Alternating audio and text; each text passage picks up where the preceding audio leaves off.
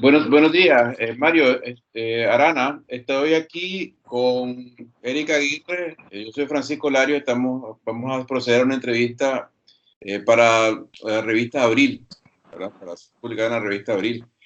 Muchas gracias. Buenos días. Gracias por aceptar nuestra invitación, de verdad. Eric. Sí, mucho gusto, Mario.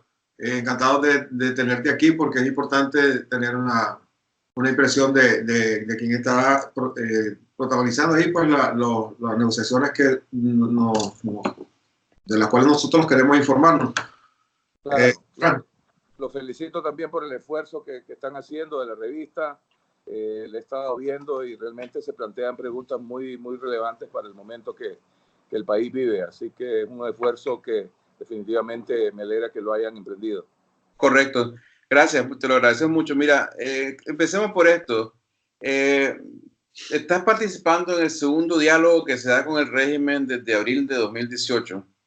A diferencia del primero, este segundo no fue convocado a través de la conferencia episcopal que en su momento aceptó invocando una urgencia nacional, ¿verdad? Sino que ocurre luego de un encuentro entre Ortega y quienes se dice son los capitales del más peso en el país. Incluso los procedimientos acordados han sido muy diferentes de la primera vez. Conversaciones a puertas cerradas, protocolos de confidencialidad, el abandono de las exigencias de renuncia, exclusiones, etc. Lo que queríamos preguntarte es cómo llegaste a ser parte, vos, Mario Arana, de esta negociación.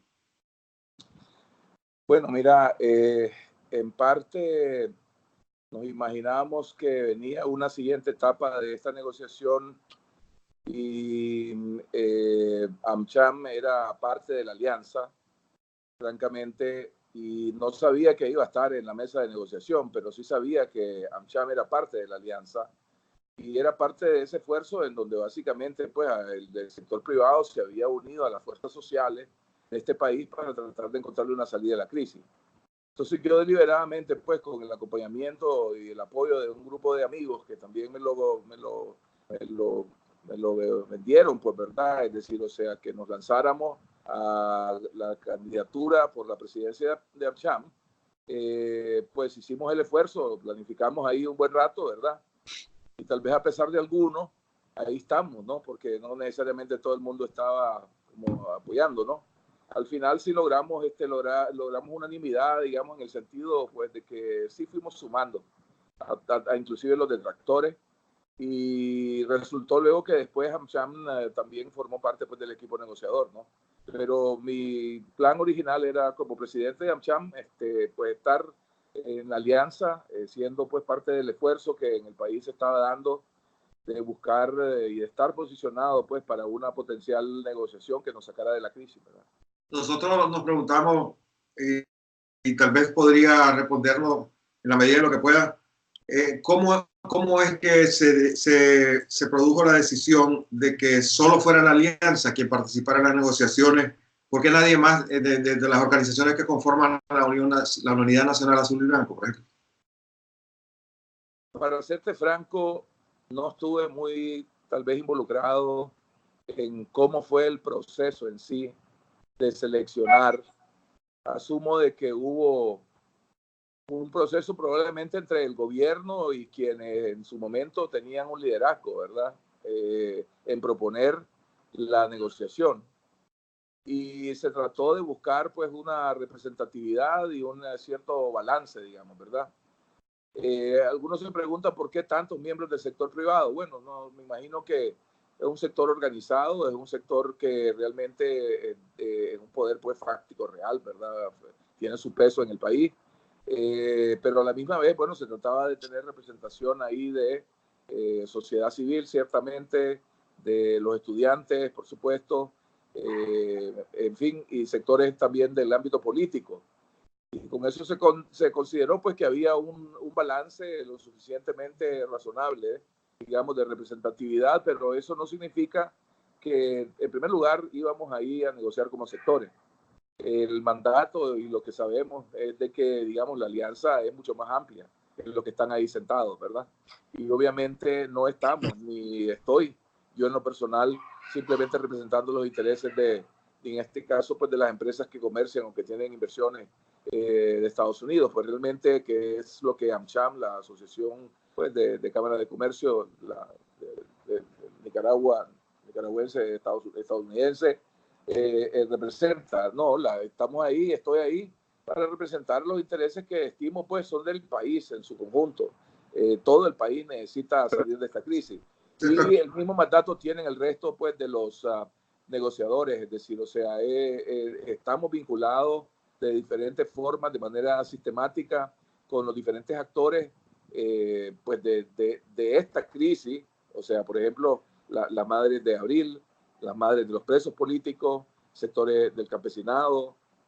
Con esos sectores hay reuniones regulares, hay trabajos conjuntos y hay articulaciones amplias, pues verdaderamente que la alianza trata de mantener precisamente para tener los puntos de vista de los diferentes actores relevantes. Se decía que se había puesto una fecha perentoria y que no hubo tiempo de conseguir más representación dentro de la UNAP y que pues, al final se decidió que fuera solo la alianza, pues porque en la alianza también hay sectores diversos. Así es. Bueno, mira, es decir, no necesariamente. Yo creo que José Palé en realidad, en cierta forma, representa por lo menos un grupo que estaba en ese entonces dentro del UNAP, digamos que era el FAT, y por supuesto el sector político, digamos, ¿verdad? Ahora, la alianza es miembro de la UNAP, ¿verdad? Y ahora resulta que Max Jerez, Max Jerez, que representa a los estudiantes, es miembro del Consejo Político del UNAP, ¿verdad? Así que la UNAP también es uno de los sectores con los que nosotros pues tenemos reuniones regulares semanalmente, pues de hecho, y a veces más de eso, ¿no? Pero ¿vos no te parece que el hermetismo y estos protocolos de confidencialidad, el abandono de la exigencia de renuncia, realmente no hacen honor al espíritu democrático del movimiento cívico de abril? Bueno, mira, el argumento que se hizo en su momento era de que se iban a discutir probablemente temas sensibles y que realmente tuviésemos una especie de acuerdo de confidencialidad sobre lo que ahí discutíamos y que informáramos sobre lo que se acordaba, ¿verdad? Pero vos sabés que en todos los países democráticos, los temas más contenciosos se discuten en público y de hecho generalmente la gente que dice representar a los ciudadanos lucha por la transparencia, no por lo contrario. Bueno, mira, en la práctica lo que ha ocurrido es de que inclusive se llegó a la mesa de negociación y se dijo, miren señores, esto que propusieron y que está en la hoja de ruta no es sostenible. Pues. Verdaderamente nosotros vamos a tener y estamos teniendo un diálogo más fluido con la población y es necesario tenerlo. Y de hecho hemos venido externando nuestras posturas, es decir, en todo y cada uno de los puntos que pues, se van a dialogar en la mesa, ¿no? Y inclusive, o sea, realmente si se han fijado, no es como que solo estamos discutiendo los temas que están en la mesa. En realidad estamos en permanente comunicación y nos estamos pues exponiendo a diferentes procesos de consulta y de dinámicas de discusión. Yo en realidad al final siento que no era muy recomendable, francamente, tener cámaras, por ejemplo, en este momento en esa negociación adentro, digamos, ¿verdad? Que es lo que tal vez algunos recomiendan. Es decir, porque típicamente, y lo que dicen los expertos, y en esos la alianza se estuvo entrenando inclusive mucho más que yo, porque francamente en este periodo pues se preocupó la alianza por entrenarse en negociaciones. Lo que te dicen los expertos es de que terminas negociando para las cámaras y no necesariamente en función pues, de los temas que están en la mesa. Suena frío, pero francamente pues ese era simplemente el planteamiento que se hizo en su momento y se ha tomado esa actitud pues verdaderamente de mantener pues informado a la población, de exponerte pues a diferentes formas de consulta en todo momento y de esa manera pues tratar de llevar un proceso lo más transparente posible. Bueno, pero además de que, digamos, han sido de alguna manera cuestionados esos procedimientos o esos procedimientos para la negociación, pero además de eso hay una percepción general de que no hay resultados concretos de este nuevo diálogo. Es decir, no hay ningún resultado positivo para los ciudadanos, es la percepción general. Bueno, mira, resultados en principio y acuerdos lo hay, digamos, han habido varios acuerdos, ¿verdad? Es decir, la hoja de ruta, que un poco las reglas del juego bajo las cuales se iba a operar, los temas de la agenda, ¿verdad? También fue acordado. Después se comenzó a trabajar en el tema de las libertades de los presos políticos, la libertad de los presos políticos, y se llegó al compromiso de que deberían de salir todos liberados en 90 días, a no más de 90 días, ¿verdad? Y se involucró a la Cruz Roja Internacional a que fueran, digamos, los operadores de todo este proceso, ¿no? Con los garantes, inclusive, ¿verdad?, que estaban en la mesa de acompañantes y testigos, ¿verdad?, de este acuerdo. Y después se trabajó en el acuerdo sobre garantías ciudadanas, ¿verdad? Garantías ciudadanas que en principio entraban de efecto de inmediato. Esta fue una pregunta inclusive que le hicimos. ¿Por qué esto garantía ciudadana? Bueno, es recuperar los derechos perdidos, los derechos constitucionales que se habían conculcado verdaderamente. Entonces, pero dentro de eso pues hay una serie de elementos, por ejemplo, todo lo que tiene que ver con la devolución de medios, lo que tiene que ver con la materia prima, etcétera, algunos de esos acuerdos lo que tienen de cuestionable para mucha gente, según he percibido, es que reconocen, digamos, una institucionalidad pública corrupta de la dictadura. Es decir, están admitiendo el funcionamiento de estructuras públicas e instituciones públicas que están cooptadas políticamente por el poder autoritario de Ortega. Bueno, mira, sí, no, ¿verdad? En el tema de justicia, la razón por la cual no nos pusimos de acuerdo fue porque efectivamente se quería que la justicia fuera dentro del sistema existente, es decir, que se trabajara pues en la Comisión de la Verdad, básicamente con la que existía, que el sistema judicial fuera y la fiscalía, en fin, fueran los que se encargaran de administrar la justicia y después la reparación y la no repetición, todo se pretendía dentro del sistema existente. Nosotros dijimos y hablamos del concepto de justicia transicional, claramente que significa tener una especie de ley especial y una institucionalidad independiente, autónoma, creíble, etcétera. Entonces, ahí que era un tema central, pues obviamente hemos hecho clara nuestra postura. Pero sí veo el punto cuando se habla, por ejemplo, de que mediante los procesos judiciales, ¿verdad?, se iban a sacar a los presos. En realidad, lo que se refiere estrictamente a eso es, bueno, que supuestamente hay un mecanismo legal, ¿verdad?, que dependiendo de qué categoría tuviese el camino, pues supuestamente para ya sea excarcelación o liberación se daría. Y ahí lo que aplica, pues, una especie de definición judicial de que si está detenido, si está realmente efectivamente ya siendo juzgado o si ya tenés condena, pues son tres categorías judiciales muy distintas y en ese sentido es que se hablaba del mecanismo judicial. Muchos lo han interpretado como que estamos aceptando las reglas del régimen y no es necesariamente totalmente así, ¿verdad? Se refiere específicamente a la categorización bajo la cual se pretende pues que se dé un proceso ordenado de tal manera que la gente quede liberada al final, ¿verdad? Independiente de cuál es la categoría, digamos, jurídica que supuestamente aplica en el desarrollo de su caso, pues, ¿verdad? Porque sí, hay gente que realmente está ahí presa, es decir, detenida, que ni siquiera puede, o sea, es decir, debería estar libre porque después de 48 horas, si no les acusa, les tienen derecho a su libertad. Pero el problema, Mario, déjame regresar al asunto de resultados. Porque con la pregunta que te hicimos es que la gente dice, bueno, aquí no hay resultados positivos para los ciudadanos, porque todo lo que me estás describiendo son acuerdos en un papel, pero para los ciudadanos no hay absolutamente ningún resultado, porque no ha habido ni un solo preso político liberado, no hay ningún derecho restaurado, y de hecho hay un problema adicional, y el problema adicional es que en los acuerdos que firmó la alianza tienen verdaderamente concesiones insólitas, porque no solamente ignoran los derechos constitucionales, sino que ponen por escrito una aceptación de derechos que están por debajo de lo que da la Constitución. Por ejemplo, en el acuerdo, en uno de los acuerdos, aceptan prácticamente que la gente pueda movilizarse únicamente donde no estorba el tráfico vehicular y el tráfico de personas. De hecho, ¿qué están diciendo? Bueno, el pueblo ya no tiene el derecho que está en la Constitución de manifestarse públicamente.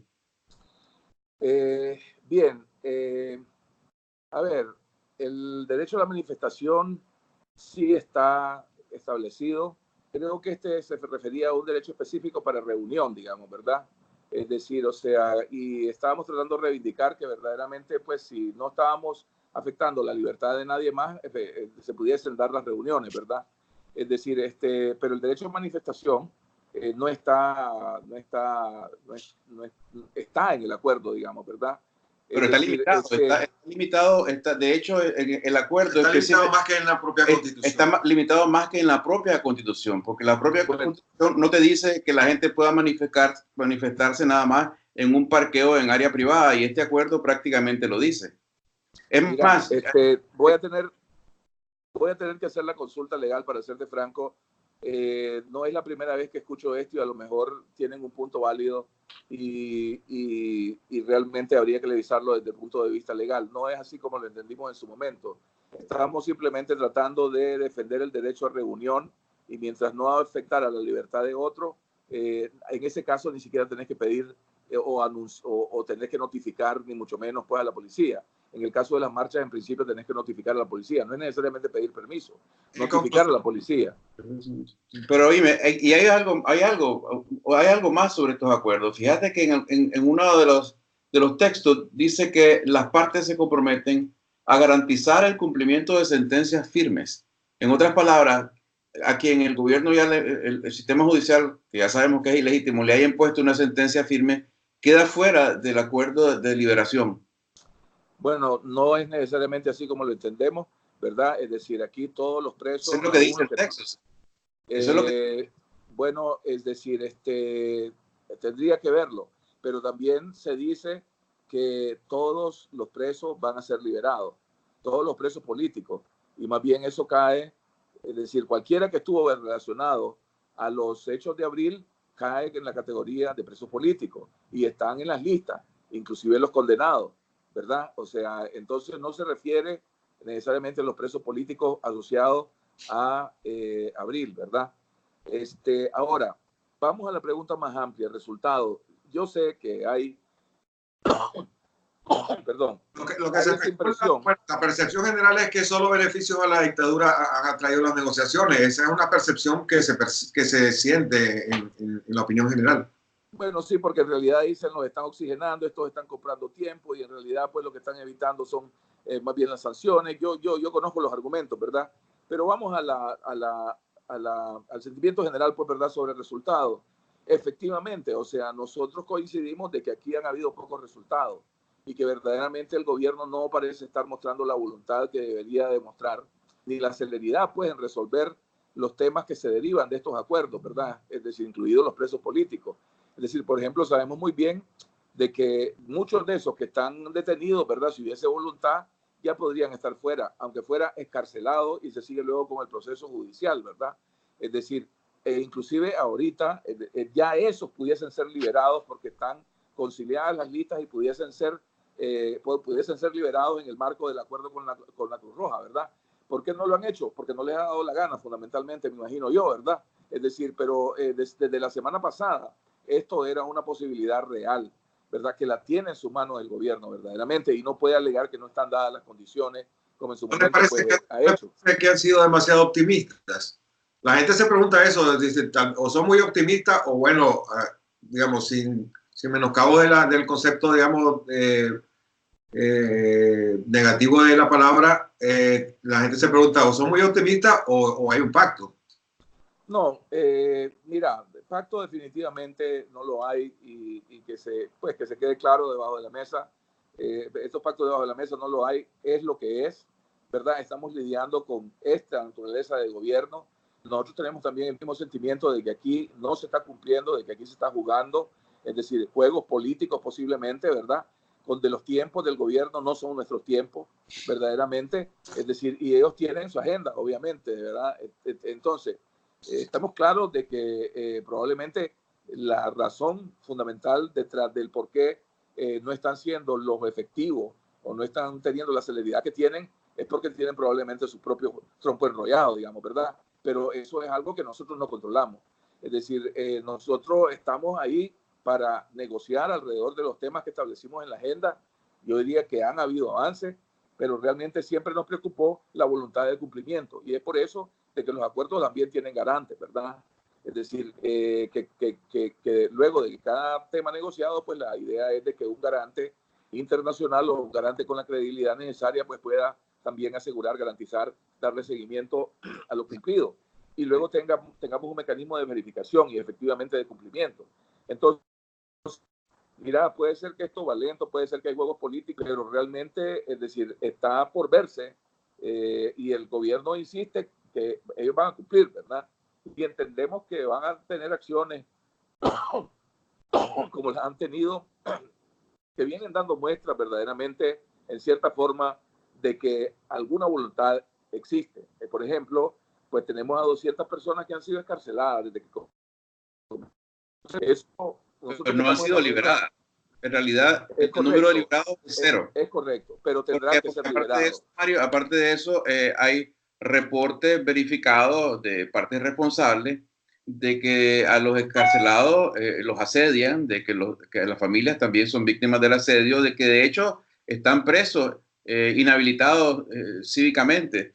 Y entonces, bueno, eso me trae de regreso a dos cosas que dijiste, que la dictadura no ha hecho lo que se supone que iba a hacer, número uno, porque no le da la gana, y después me dijiste, nosotros no controlamos eso. Entonces, si ustedes ven que la dictadura hace lo que le da la gana y ustedes no controlan, y de hecho no hay garantes, porque no hay garantes nombrados, ¿qué credibilidad puede tener lo que se ponga en un papel acerca de no la concesión de derechos, sino la restauración del respeto a los derechos que son de los ciudadanos?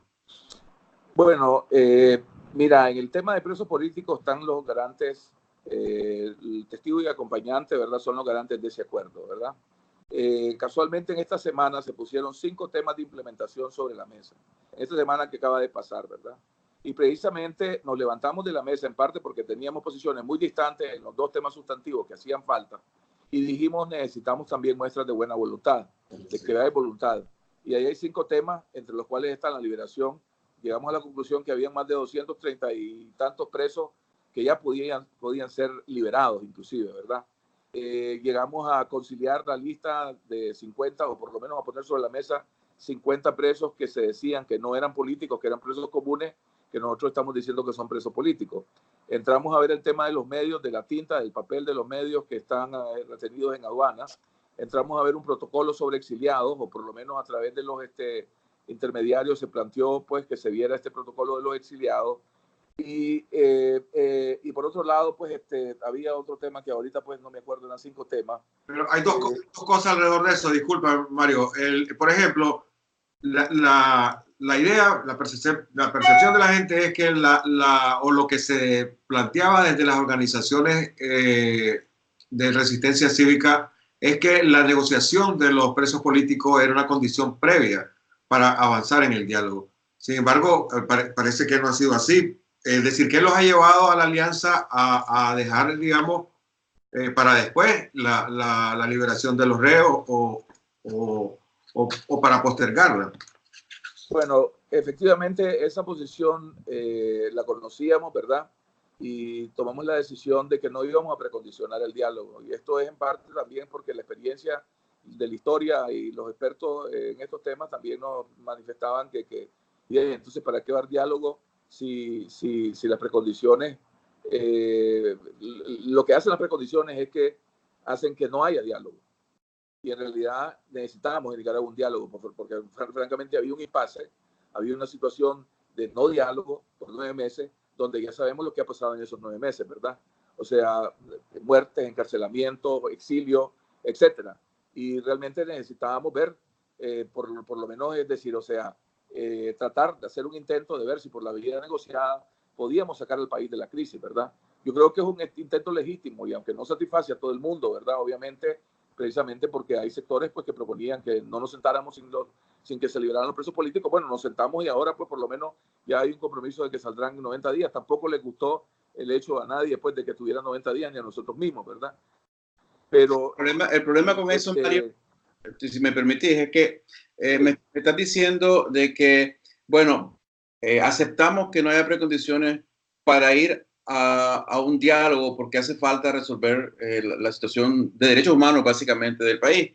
Sin embargo, la percepción general es que lo que el diálogo, incluso el primer diálogo, hizo fue darle tiempo a la dictadura para reorganizarse después de la avalancha de protestas de abril de 2018. Precisamente en el momento que comienza el diálogo, pueden ellos inicialmente, después de sentirse desbordados, comenzar a constituir las fuerzas paramilitares que después hicieron lo que hicieron. O sea, el diálogo, en un sentido real, no en un sentido retórico, ha dado a Ortega la posibilidad de sobrevivir y de cometer todos esos desmanes que cometió después mientras dialogaba. Porque desde el primer diálogo, a la vez que estaba sentado con representantes de la alianza, estaban secuestrando, torturando, matando y desapareciendo. Que yo sepa, a partir del diálogo segundo, ha continuado haciéndose lo mismo. O sea, el diálogo no ha dado ningún resultado en ese sentido. Bueno, yo me pregunto realmente por qué Ortega llama a este diálogo nuevamente, ¿verdad? Es decir, si no tiene una intención de resolver la crisis. Yo entro bajo el supuesto de que en realidad, y no es que lo llaman porque quiere llamarlo, en realidad Ortega lo que conocemos es que estira y estira efectivamente hasta donde más puede, y ya cuando no puede, entonces busca una salida pragmática. Yo quisiera pensar que estamos ante esa situación, porque en realidad él tiene presiones muy fuertes, ¿verdad? Obviamente. Él no ha podido vencer la resistencia de este país, la resistencia cívica y pacífica de este país. Él no ha resuelto la crisis de este país, ¿verdad? Este país sigue en crisis y va en un declive económico acelerado que está teniendo un impacto social, humanitario extraordinario, ¿verdad? Es decir, ¿qué gobernante puede subsistir bajo esos términos? No creo que realmente está en un lecho de rosas, ni mucho menos, ¿verdad? Por otro lado, verdaderamente tiene montada encima una presión internacional que solamente se le va a agravar verdaderamente, pues, ¿verdad? Con todo este tema de las sanciones, que si él no hace algo verdaderamente, probablemente le va a desbaratar su propio partido, ¿verdad? Porque le va a dividir el partido. A eso apuntan, ¿verdad? En tercer lugar, yo creo, bueno, que tenemos, bueno, ya dijimos los tres temas, ¿verdad? La resistencia cívica, la política internacional y el declive económico, verdaderamente. Entonces, esto de la resistencia cívica me llama la atención porque la impresión que tenemos, por ejemplo, los que estamos testificando públicamente todo esto, es que más bien hay una intención de los negociadores de desmovilizar pues, a la resistencia cívica. Ustedes han presionado de alguna manera a la UNAV para que no se movilice. La marcha de la semana pasada se aplazó a última hora. Se especula que por presiones de la alianza cívica para no interrumpir el diálogo. Entonces, la impresión es que, aparte de la represión, también la intención política de los negociadores es que no haya movilización social y se disminuya esa presión hacia Ortega. Bueno, mira, la alianza ha negociado la restauración de los derechos y garantías pues, de los ciudadanos, ¿verdad? Derechos constitucionales, entre los cuales están la libre movilización, ¿verdad? Es decir, nosotros no podemos estar en contra de los derechos constitucionales, verdaderamente. Entonces, no es que estemos en contra de la movilización, todo lo contrario. El país y los ciudadanos están en todo su derecho de movilizarse, ¿verdad? Es decir, puede ser que en determinados momentos, efectivamente, algunas decisiones alrededor de este tema, por no estar lo suficientemente coordinadas, pudiesen haber estado incidiendo en que resultados que esperábamos no se produjeran, por ejemplo, ¿verdad? Pero entendemos de que la movilización social, ¿verdad? Y la negociación no necesariamente es una contradicción, al contrario, ¿verdad? Es decir, nosotros estaremos apoyando este llamado a la marcha del 17 pues, ¿verdad? Que es semana, pues, con mucho significado, pues, para todo, por el drama que Nicaragua vivió y sigue viviendo como resultado de los sucesos que se dieron en ese momento, ¿verdad? Algo que obviamente en este país no se puede repetir y ojalá que sentemos las bases verdaderamente de de darle un cambio, un giro a la historia de violencia recurrente que ha sido la historia de este país, ¿verdad? Pero esta negociación. Entonces estás confirmando de que ha habido momentos en que la alianza le dice a los demás miembros de la UNAP no marchen. Hombre, ni siquiera eso, porque la verdad es de que lo han hecho y hemos estado en esas marchas, pues, desde la primera marcha, verdaderamente. O sea, nosotros estábamos ahí, gente nuestra, digamos, de la alianza estuvo presa, ¿verdad? Cayó presa, y otros tuvimos, pues, que interceder y trabajar para que salieran ese mismo día, ¿no? Y estuvimos acompañando a todos los que estaban atrapados en diferentes lugares de la ciudad, ¿verdad? Entonces, no es que estamos oponiéndonos a las manifestaciones cívicas, ¿verdad? Obviamente, como te digo, es un derecho que defendemos, ¿no? Es decir, pero sí se los hemos dicho, de alguna manera el llamado no fue totalmente coordinado y tal vez el más oportuno, porque, en fin, habían cosas que estaban moviéndose en ese momento que pudiesen haberse visto afectadas.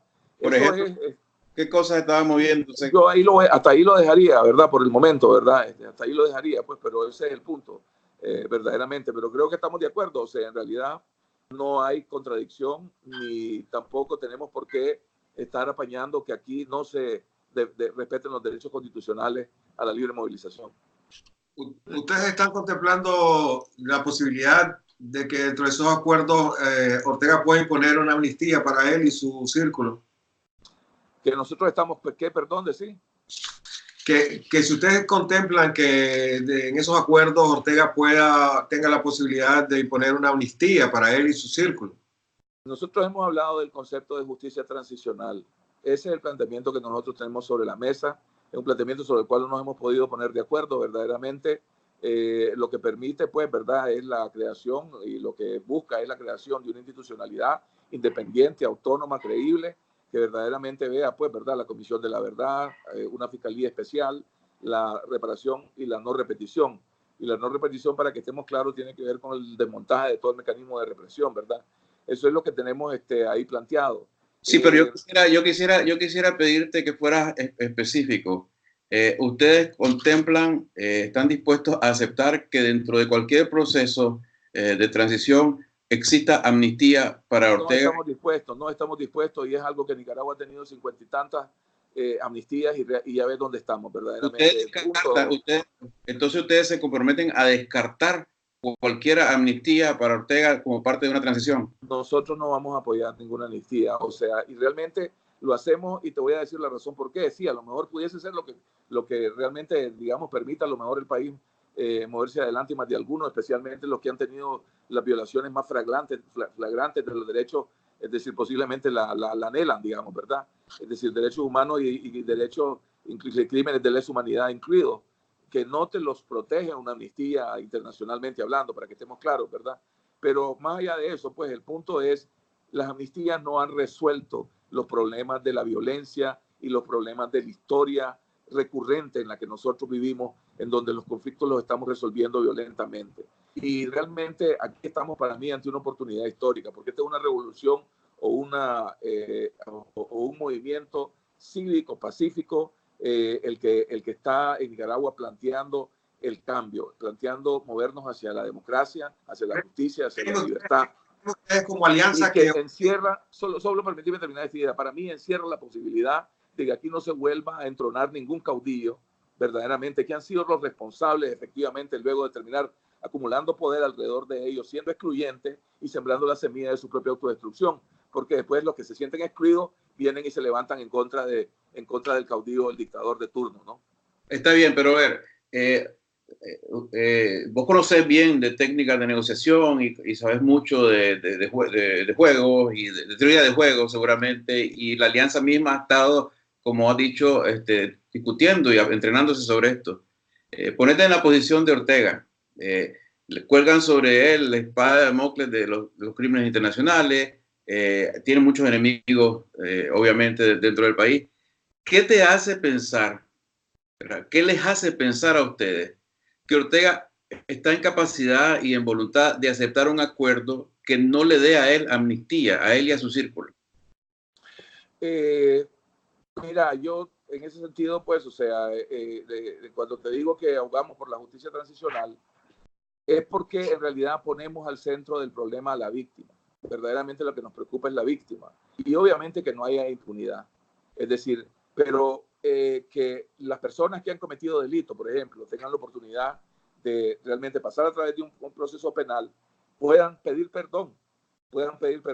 A lo mejor, bueno, obviamente servir algún tipo de condena que se define en el marco de ese acuerdo de justicia transicional, que obviamente no pretende tener la misma típica fuerza, digamos, que a lo mejor tendría bajo condiciones normales. Es decir, que busca realmente hasta cierto punto que esas personas vean en esta salida una posibilidad que les permite, pues, realmente en el futuro, a lo mejor, pues, ¿verdad? Es decir, seguir con su vida, pero luego de que han pasado a través de un proceso, luego de que han pedido perdón y luego de que verdaderamente las víctimas son resarcidas, ¿verdad? Es decir, de alguna manera, obviamente no vas a recuperar las vidas perdidas, ¿verdad? ¿Pensás que Ortega va a aceptar justicia, pedir perdón y resarcir a las víctimas? Mira, no lo sé. Es decir, ellos en cierta forma han puesto el tema de la reparación como algo que les interesa, pero nuevamente, como te digo, hay una diferencia fundamental porque ellos lo quieren hacer a través del sistema propio y en realidad nosotros hemos planteado que tiene que ser a través de un sistema independiente, pues, ¿verdad? No lo sé. Por el momento estamos distantes de nuestras posiciones en este campo. Y no sabemos, para serte franco, no sabemos si es algo que esta justicia que nosotros nos imaginamos va a tener que ser objeto de una futura administración verdaderamente y que este régimen no necesariamente lo va a aceptar. La gente se imagina a Ortega después de estos acuerdos o después de un acuerdo, digamos, negociado, gobernando otra vez desde abajo, pues, porque, es decir, conociendo sus antecedentes, además con toda su red de recursos y de poder que ha acumulado durante todos estos años, que son superiores a los que tenía en los 90, por ahí. Entonces la gente se imagina eso y ese es el rechazo casi instintivo que hay acerca de una negociación que implique, digamos, ese escenario. Bueno, mira, el punto, veo el punto, pues, ¿verdad? Es decir, pero realmente, o sea, estemos claros, aquí estamos en un impasse, por eso estamos en esta negociación, ¿verdad? Aquí no es que realmente se impuso un lado sobre el otro necesariamente. Estamos en un impasse, estamos en una negociación. Es decir, vamos a tener que ver hasta dónde esa negociación nos lleva y cuál es la correlación de fuerza en su momento que permita, ¿verdad? Definir efectivamente hasta dónde se llega, ¿verdad? Ese escenario, pues, obviamente no le place a nadie, ¿verdad? Y hemos visto los resultados de ese escenario. Nicaragua realmente pudo haber crecido mucho más todo este tiempo, ¿verdad? De lo que ha crecido, pudiésemos tener mejor bienestar para todo el mundo, ¿verdad? De no ser por ese estilo de gobierno o estilo de gobierno, pues, ¿verdad? Con el que hemos tenido que vivir. Es un desafío, verdaderamente, ¿verdad? Es decir, la esperanza es de que de alguna manera este régimen, su estilo, en realidad se convierte en una historia del pasado, pues, ¿verdad? Porque ya tiene el rechazo bastante mayoritario, diríamos, ¿verdad? De la población en este momento. Entonces, yo creo que estamos ante la necesidad de buscar nuevos métodos de hacer política, son nuevos valores, nuevas expectativas con las que mirar hacia el futuro. Y yo no imagino que este estilo, pues, ¿verdad?, de desgobierno es lo que el país quiere, ¿verdad? Yo creo que va a ser rechazado fuertemente y a eso habrá que apelar en su momento si ese es el caso. Teniendo en cuenta el estado en que están actualmente las negociaciones, ¿sería realista pensar en elecciones anticipadas o vamos a estar en esto hasta el 2021? Bueno, en realidad nosotros pensamos que el país no aguanta y por eso es que lo planteamos así, ¿verdad? El país no aguanta verdaderamente ahorita, el ciclo agrícola está esperando, es decir, para dar un ejemplo económico, ¿verdad? Está esperando si hay acuerdo o no hay acuerdo los bancos para ser financiados, pues, ¿verdad? Es decir, nosotros quisiéramos pensar de que sí, pues las elecciones adelantadas es una salida a la crisis, que con reformas electorales, obviamente, pues, ¿verdad? Es decir, pudiese al país poco a poco regresarle una expectativa, una esperanza que con el retorno de los exiliados, con la normalización y la devolución de los medios de comunicación, en fin, tratar de regresar al país, digamos, a donde estaba en abril del 2018.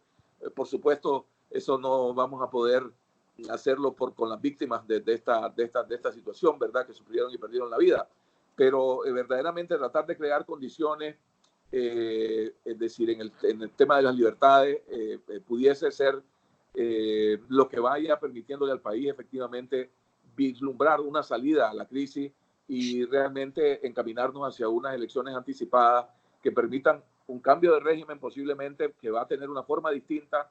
No sabemos si la oposición va a mantener su unidad, digamos, hasta el final, y quién va a ser el que gane estas elecciones. Obviamente el partido en el gobierno tiene una base, ¿verdad? Esperemos que en realidad queden en minoría, pero no es eso algo que esté garantizado, ¿verdad? Es decir, va a depender de la unidad de la oposición.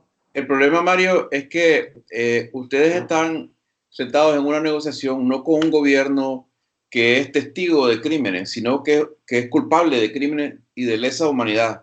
Y el planteamiento que ustedes están haciéndole a la población es prácticamente que este gobierno es capaz de convertirse, ¿verdad? De repente en promotor de la democracia, en que va a aceptar unos acuerdos que prácticamente si se aplicaran llevarían a los criminales de lesa humanidad a la cárcel. De nuevo, te pregunto, ponete en el lugar de Daniel Ortega y su séquito. ¿Aceptaría firmar acuerdos que no te dieran amnistía? Oye, y eso nos lleva también a preguntar, hay una salida de esta crisis que no contempla la negociación con Ortega o acuerdos con Ortega. No veo cuál, digamos, ¿verdad? O sea, ahorita el régimen que está en el poder, pues con quién vas a negociar, ¿no? Es decir, por un lado. Por otro lado, por eso es que hacemos el planteamiento de justicia transicional, ¿verdad? El planteamiento de justicia transicional realmente, precisamente sirve a países como estos, en donde nadie tiene necesariamente, o sea, donde ha habido conflictos violentos y donde realmente, o sea, a través del proceso interno, inclusive podés lidiar con las acusaciones de crímenes de lesa humanidad, verdaderamente, o sea, obviamente significaría pensar en sanciones que realmente sean hasta cierto punto aceptables, en este caso para todas las partes. Pero no hace falta para eso antes derrocar a la dictadura. Mira, no lo sé, ¿verdad? Pero la pregunta es, ¿derrocar cómo? Pues, ¿verdad? Llevamos 9 meses y en realidad no pudiésemos decir que está más debilitado, digamos, es decir, en cierta forma, él tiene los mecanismos de represión en sus manos, ¿verdad? Y básicamente sí, pues tiene un deterioro económico, tiene la presión internacional, tiene, por supuesto, es decir, la resistencia cívica, pero bueno, ahí estamos, ¿no? Si me preguntas derrocar cómo, de esa manera. Desobediencia civil, ¿perdón? Desobediencia civil. Bueno, es que sí. yo te las enumera, Eric, pero yo te quería hacer una cosa, porque la pregunta que me hiciste, derrocar cómo, a mí me suena como abandonemos la lucha. Y precisamente Eric está mencionando otras opciones. Sí, no, está la desobediencia fiscal, civil, los paros. Bueno, la otra vez con Mike Healy hacíamos un cálculo. La otra vez con Mike Healy hacíamos un cálculo, ¿verdad? Pero si esta economía ha crecido normal el 2018 y el 2019, con respecto a lo que va a perder, en realidad estaríamos hablando de 3.000 millones de dólares que se han perdido, ¿verdad? De los ingresos que los nicaragüenses pudieran haber tenido. Y si esto lo equiparamos a la pérdida más o menos que se estima económica por un día de paro, en realidad en Nicaragua ha habido unos 150 días de paro, ¿verdad?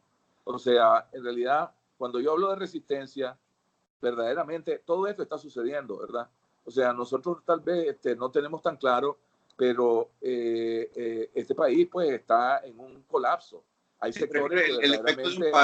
El efecto de un paro, el efecto político no se mide por el dinero perdido, porque como en la vida individual mismo, renunciar a que te despidan, no es lo mismo que se pierdan 3.000 millones de dólares, porque la sociedad, la clase empresarial está mandando un mensaje a un régimen diciéndole, no vas a poder gobernar este país.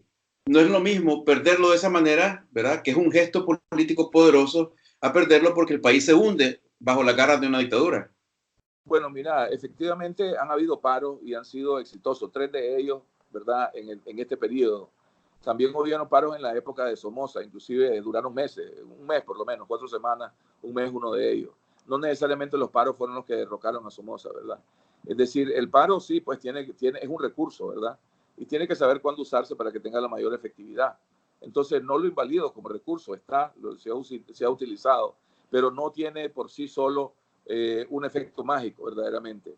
Desafortunadamente, yo me temo de que, es decir, esta lucha básicamente está planteada tal y como está planteada, ¿verdad? Es decir, y los niveles de represión no han permitido ni siquiera, pues, por ejemplo, tener una marcha masiva como la que tuvimos 6 meses atrás, ¿verdad?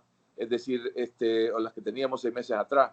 Esos tiempos, esas acciones, pues, si se dan, yo creo que pueden efectivamente complementar la lucha en la que estamos.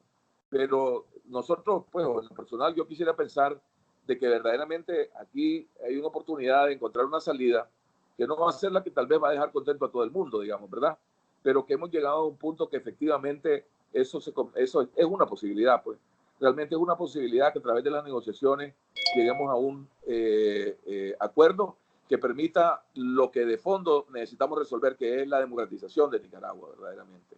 O sea, la recaudación fiscal actualmente está beneficiando a Ortega, lo mantiene con oxígeno, mucho oxígeno. Mira, a ver, podemos hablar de eso verdaderamente, pero te puedo decir lo siguiente. El año pasado había un hueco de $300 millones que nadie no lo pudieron cerrar, ¿verdad? Y sobre eso se estarían acumulando este año 700 millones, que era lo que se estimaba en el presupuesto mal hecho del 2019, que sería el hueco. Ese hueco asumía que habría financiamiento interno y externo, que no lo veo por ningún lado. Y además asume un crecimiento de menos 1% cuando el decrecimiento va a ser de menos 5 a menos 10, ¿verdad? Entonces, el hueco que tiene Ortega es enorme desde el punto de vista fiscal. Es decir, inclusive, claro, se lanza con esta reforma al Seguro Social y esta reforma tributaria, que son políticas. Ni siquiera son reformas que sirvan para nada, es cierto, en el corto plazo le van a oxigenar con algo de plata, verdaderamente, pero no dan para mucho.